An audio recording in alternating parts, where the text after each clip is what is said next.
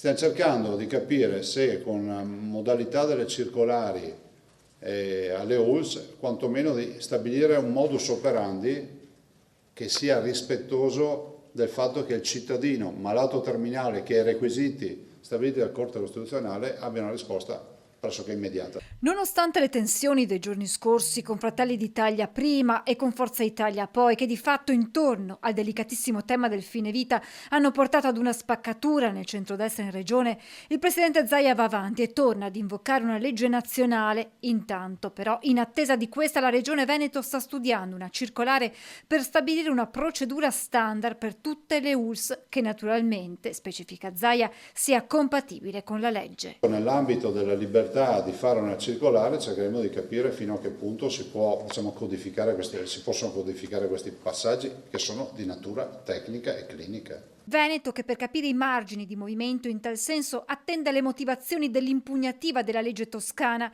che prevede un periodo di 37 giorni dalla richiesta del paziente all'esecuzione del suicidio assistito.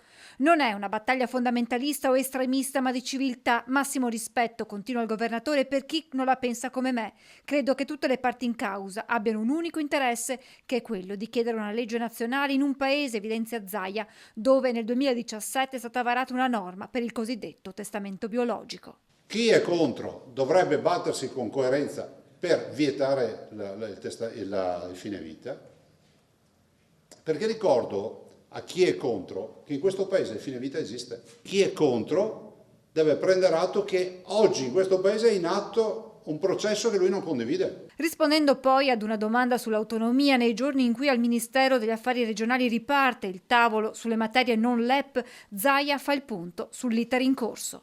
Si va avanti con l'intento di preparare innanzitutto una intesa sulla prima materia delle 9 non LEP, che è la protezione civile.